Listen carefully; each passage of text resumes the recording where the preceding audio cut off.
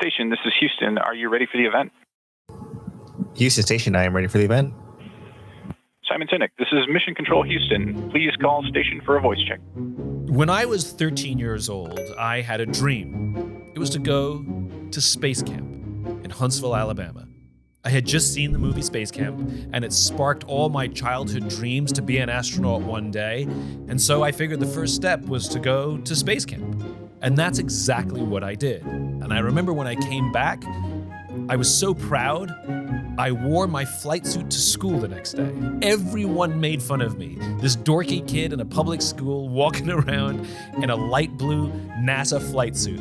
But secretly, I knew everyone was jealous. And my love of space and the space program NASA has never gone away. I've done every Lego set that has a NASA logo on it. I've got NASA stickers on stuff that I own for no other reason than I think it's cool.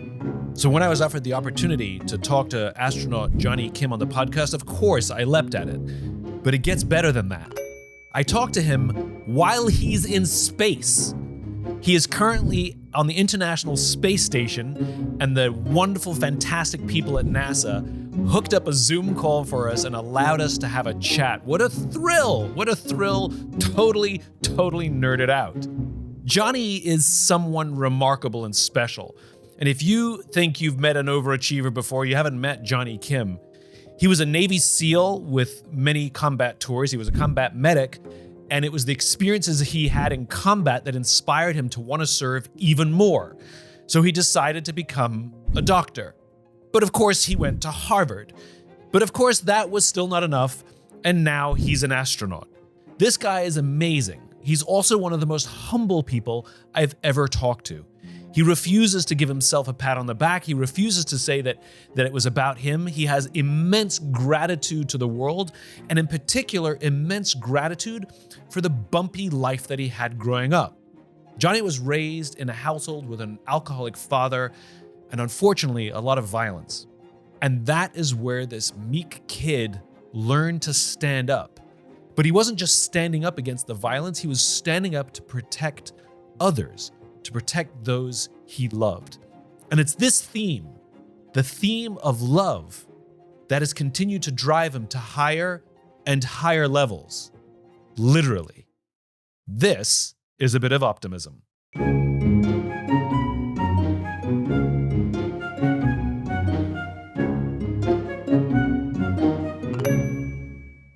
This episode is brought to you by True Classic. The way they became our sponsor is because I loved their t-shirts. And so we just called them up and asked them if they wanted to work together. And they said yes. So check out their clothes at trueclassic.com. It's good to see you, Jonny. Thanks for taking the time to do this. Oh, anytime. I've been looking forward to this, Simon. I think we're going to have a great conversation. I don't know if you know this, but there's an entire generation of Asian American kids, and particularly Korean American kids, who absolutely hate you. And that's because it's as if they don't have enough pressure on them from their parents to become doctors or go to an Ivy League school. But your existence is the thing that parents use to say, see, you can be like Jonny Kim. I unfortunately have seen that meme and know what you're talking about. I think there's a lot of, I think it's very comical and funny. I do think, though, I sometimes worry about the healthy aspects of comparison like that. You know, that common saying, comparison is the thief of joy. But also, I also think the part of my journey that's been really important for me has been being the best version of yourself and fighting for what you believe in, regardless of what the scale of what that might be or what that looks like. One of the things I find so fascinating about your childhood as well is it was not an easy one. And when we think about, overcoming adversity and that adversity makes somebody stronger, it raises the question, this young generation, much is written about, helicopter parents and over coddling. And it raises the question, like, how important has adversity been to your own journey? I mean, because what you've accomplished is amazing, but how much is it balanced off by the adversity that you've experienced? I'm a firm believer that all of us are the summation of our experiences, whether they're good or bad. I think there's innate quality traits within us of how we interpret some of those experiences, whether they're good and bad, how we absorb them, and how that kind of shapes us into who we are. But I also think it's really important about the extrinsic factors, not just the intrinsic ones, of whether you had a good parent or a coach or a mentor or a friend, someone in your life to kind of shape you or bump you when you were going a little bit off course. So, to answer your question, I firmly believe I wouldn't be where I am today if it wasn't for a lot of the adversity and the challenges, both the good and the bad ones. And, but I'd say that it's like the right challenges and the right adversities came to me at a point in my life when I needed them, but I also had at least someone there or something at the end of the light working towards where it kind of kept me whole and kept me straight. And that's not to say I didn't bump off the path. I certainly have. And but I think that's part of that human experience that makes us who we are. Who was that person for you? It's taken the shape of different people over the course of my lifetime, really different phases of my life. I'd say the one that sticks out for me, certainly in my adolescence, was my mom. My mom gave up so much of her own life. I mean, she stayed in a situation that was really harmful for her, that was hard for her children. The unconditional love she had for her children, it stuck with me. And she's certainly the strongest person that I know of. And, I've been really lucky to have people like my mom or other people in my life that were just there at the right time. It's such an interesting thought, whether it's a mother, father, or a mentor, a coach, a teacher, somebody who sees something in us and invests so much in us. I think it's such an interesting thought, which is we one of the reasons we want to do well, and one of the reasons we don't want to be a screw up, is because we don't want to let them down. We don't want to show that their investment in us and belief in us was in vain. I find that relationship, the desire to make someone proud, it's really fascinating to me. That it's not just inner drive, but also it's the relationship of the person who invested in us. So I think that can be certainly a very powerful drive. I would be lying to tell you if I didn't have that drive, especially early in my life, where a lot of my motivating factors were almost proving other people wrong, or for instance, becoming a SEAL. There were a lot of people that told me straight up that was a bad idea. I wouldn't make it. And a part of me was proving to other people that I could do it. And also to myself, proving that I could do it. But as I've gotten older and more mature, I really have shed those extrinsic factors of proving other people or doing things for other people. Because I don't think that's a really sustainable way to a healthy life, a healthy whole life. And so I'm really careful about motivation and why you do things. And because the why you do things is the most important. I mean, Simon, I know you yourself know this very, very well. And doing something for someone else's approval is, I think, a surefire way to disappointment, to failure. It's not sustainable, in my opinion, but it is absolutely powerful in the right amount of doses at the right times in your life. Yeah. But I think, this is interesting because I think there's a nuance, right? I think there's a difference between doing something for someone's approval and wanting to make proud the person who invested in you. If you, when we go, see our kids graduate and we sit in the audience, we feel proud, and the person graduating, is proud too, but also is grateful. I think that what I'm talking about is some sort of gratitude, because we have these human connections. And this is what I find so interesting, which is how much of it is just us and our drive and our ambition. And because I know you're service oriented. I mean, I've read things you've said before, how driven you are to service. And sort of you could look at your own career path, it's you sort of finding bigger and bolder ways to serve. Yeah, I think it's a subtle difference. You're right. And that human connection is really important. I think human connection is one of the most important things we need to explore in our life. And that's actually what I find the most fascinating about the International Space Station is how it connects so many different people from different walks of life and backgrounds. I mean, just earlier this week, we had a crew of 4, the Axiom 4 crew. And so we had 11 people on board from 6 different countries and from 11 different backgrounds. Yet we were breaking bread together and sharing stories and realizing that we had so much more in common than differences.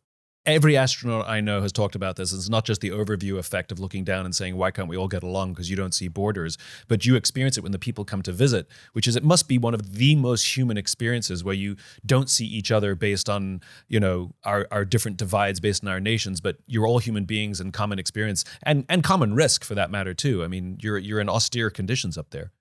Absolutely. And if we could find a way to relay these experiences down on Earth, I think the world would be a lot better place if we had more empathy and understanding and a drive to find those commonalities amongst us.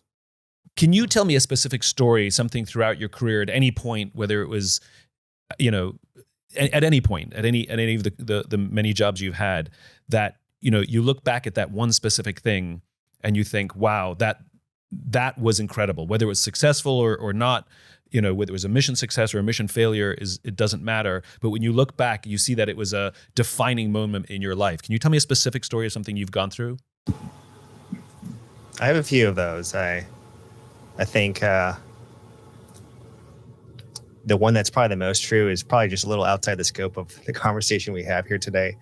But the one I will share with you was being unconfident in my abilities. I think insecurity is something that we've all dealt with, and it's a part of being human.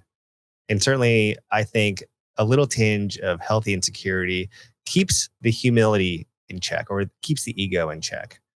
And one of the most formative experiences of my life was being able to serve overseas as a combat medic. And regardless of who the person was when they were hurt, it was my job to save them.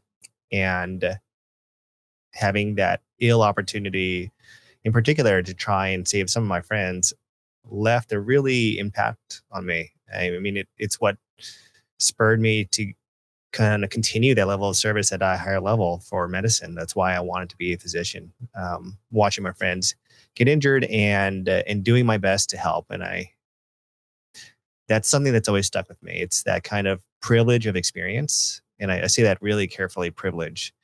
Privilege of just having bad experiences, but good experiences, formative experiences, challenging, worst day of your life type of experiences. If you can come out of that on the other end stronger and more compassionate and empathetic, it's a real superpower. And I think I've been very privileged to have had a lot of those unique type of experiences throughout my life. And that's shaped me into the person I am today. And so that's almost like a moral obligation, I find, to kind of share that empathy and that experience amongst us so that we can make this world a better place. The privilege of bad experience. I'm so taken by that phrase, that bad experiences, though they're awful in the moment, I think anyone who's been shaped by them looks back and say, I hated every moment of that, but I'm glad it happened. Yeah, I think it requires a lot of context, because off the face of it, if you heard the privilege of bad experience, you'd be like, what are you talking about? That's terrible. And I don't mean to diminish the kind of hurt people have from having bad experiences. I'm just talking about if you happen to be one of the lucky ones that can come out of a bad experience for whatever reason, maybe because you had the right mentor in your life, or you had the right intrinsic perspective to reshape that for good, whatever it is, sublimation. But it is indeed a privilege if you can come out of a bad experience with a new set of eyes to do good. And I think those are stories really, really worth sharing. What was the specific story when I asked you of something that you look back and you say that really molded me or contributed to molding me into who the person I am today? What was the specific story that you were going to tell that you said was slightly to the side? Just because you're in space, I'm not going to let you off the hook. You're tough. You're a tough one. Without getting into specifics, it was just being really scared. And I think that's something everyone who listens or watches or has lived a life can understand. Being scared. It's being a scared boy for me, and being able to stand up to someone that I had feared for a long period of time.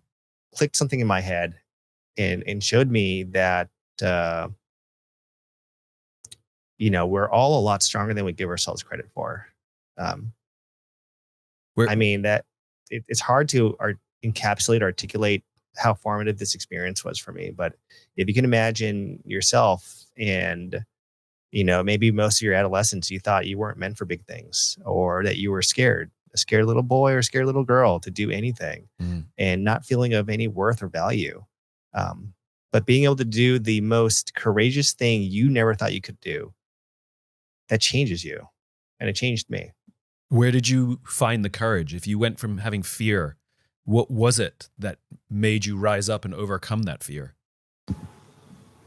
I think it's the strongest emotion that we have, the most important emotion, and the reason for why in everything we do. And that's love. For me, it was love of someone, to care for them and protect them. And I think that love is the reason why, if you really pull away the layers of why we do so many things, it always comes down to love. I mean, look right now. I mean, I'm up in space, but I've got a whole team of specialists, of engineers, of flight controllers and directors on the ground right now supporting this mission. They're not doing it for a paycheck. They're doing it because they love it. They love the public service. They love the work. They love the impact we're making. And most importantly, they love each other. We have a lot of love for each other. And that's what I find so inspiring about public service, is that it goes beyond that. And you find a level of camaraderie and love for each other to keep doing the job. This word comes up a lot. I've spent time with Marines. I know you're a sailor. I mean, you're a sailor technically. You're a SEAL. You're an astronaut. And I mean, you're a hardened warrior. You're a combat veteran with many tours, and you've seen and done things that, are wonderful and awful at the same time. And this word keeps coming up, and I don't think that sort of private sector recognizes that to be a high performer, to accomplish more than others think possible, is not driven by the desire, as you said, to prove others wrong or to prove how strong you are. Whenever I talk to folks like you, it is love. And if you're going to be a role model to kids, and parents are going to push them to go to Harvard and become doctors, maybe become astronauts and SEALs, not only do they have to teach them math and work ethic, how do we foster love in our kids, and how do we foster love, on our teams with our employees and our teammates? You practice it. You show love. You do love. It's shown through your actions. It's shown through the words. It's shown through the I'm sorry's. I made a mistake. How can we make this better? We're all human. And as humans, we just so naturally tend to cause harm to each other, even despite the best of intentions. But if you have love and empathy, I think there's really nothing you can't solve. And I feel comfortable saying that. I've said it to a team of SEALs. I was invited back for my old alma mater SEAL team's anniversary, and my speech hindered around love. And at the face of it, you're like, that's such a silly thing to talk about amongst a big group of burly, tough Navy SEALs. Well, you know what? That message came through loud and clear, and it was very, very impactful to the operators I talked to afterwards, of how, yes, indeed, the number one trait of a warrior is love. Whether that's love for country, love for home, love for the ideals you believe in, but of course, most importantly, love for each other to keep going on. I had the opportunity to do a why discovery with the SEALs, and where we came to was that SEALs have a capacity to love each other more than others think possible. And what makes them special as special forces is this intense love for each other, as much as it is for the organization and the country. I was struck by that. Again, these hardened warriors where love was the underpinning. It was such a special event, and there were a lot of tears in the room. Again, hardened warriors. I think one of the most impactful pieces of scripture for me is, greater love hath no man than he laid down his life for his friend. And I've seen that firsthand. And, have never had that opportunity to kind of to show that. And I'd like to think that I would. I don't know if I'm courageous enough to do something like that.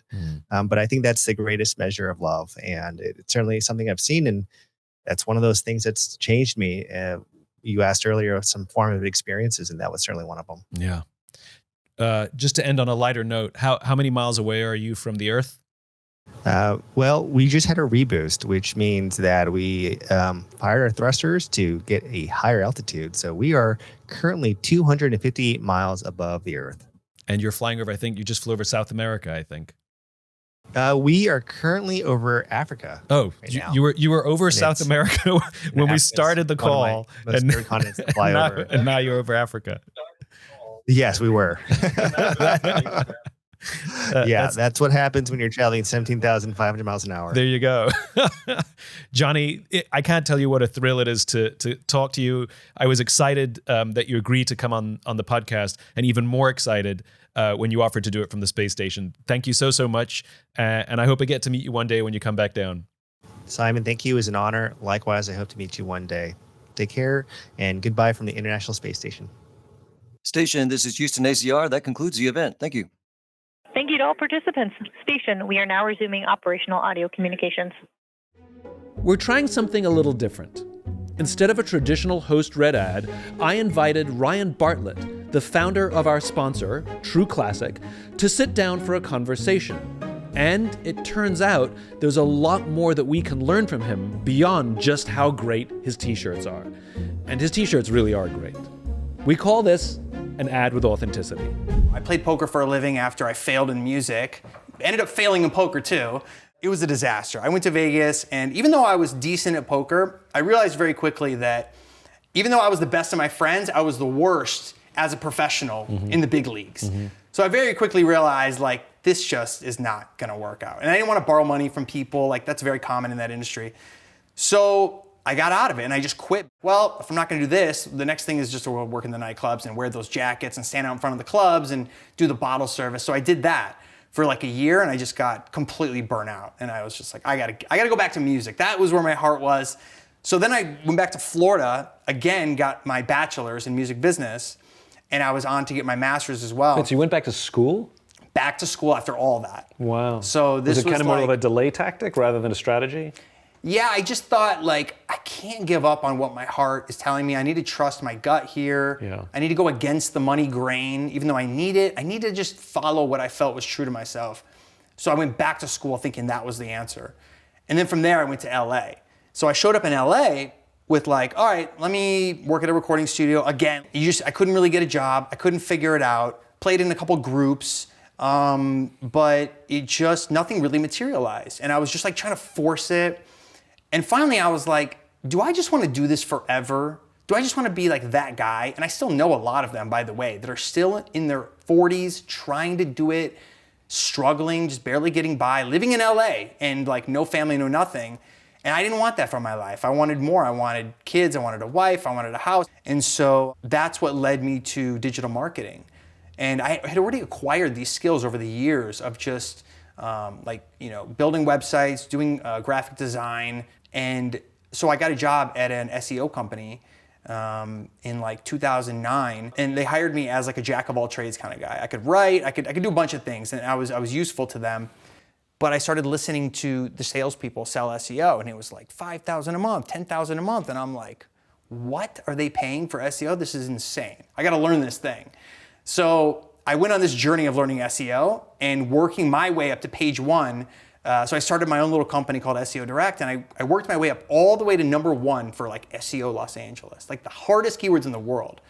And the leads just came flooding in. And then I just kept stacking up the retainers one after the other and building an amazing service-based business. How did you learn it? Like, you weren't watching YouTube videos. Listen, I come from the early days of Dreamweaver and hardcore HTML and AOL and Prodigy and like those early internet services. I was all in on that stuff. But what did you actually do to learn it? I just learned it myself. I didn't learn it in school, that's for sure. They weren't teaching any of that. From friends? Did friends teach you? No, I would just get in there and tinker around and try to figure it out as I went. Just problem solve. Trial and error. Just like, how do I make this program work? Because YouTube wasn't really a thing back then either. there was a fair amount of like forums back then. Yeah. Forums were like the only thing back then. This is really dating me, but like it was all forums. So you could find bits of information through certain forums on how to build websites and things like that. But it was just a lot of playing around. Even with like graphic design, I redid one of my buddy's report cards in high school. Redid meaning his parents saw grades that Yeah, he he was like, dude, I got an F, but I need you to give me a B.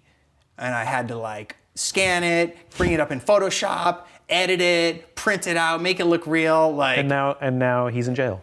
And now he's banned by his parents for life. They disown him and they hate him. And it's all because of me. But like, I don't know. I was scrappy. Yeah. Really. I was an entrepreneur. Like I didn't know it at the time, but I really was just being scrappy, figuring stuff out. Bit of Optimism is brought to you by The Optimism Company and is lovingly produced by our team Lindsay Garbenius, David Jha, and Devin Johnson. If I was able to give you any kind of insight or some inspiration or made you smile, please subscribe wherever you enjoy listening to podcasts for more. And if you're trying to get answers to a problem at work or want to advance a dream, maybe I can help. Simply go to simonsinek.com. Until then, take care of yourself, take care of each other.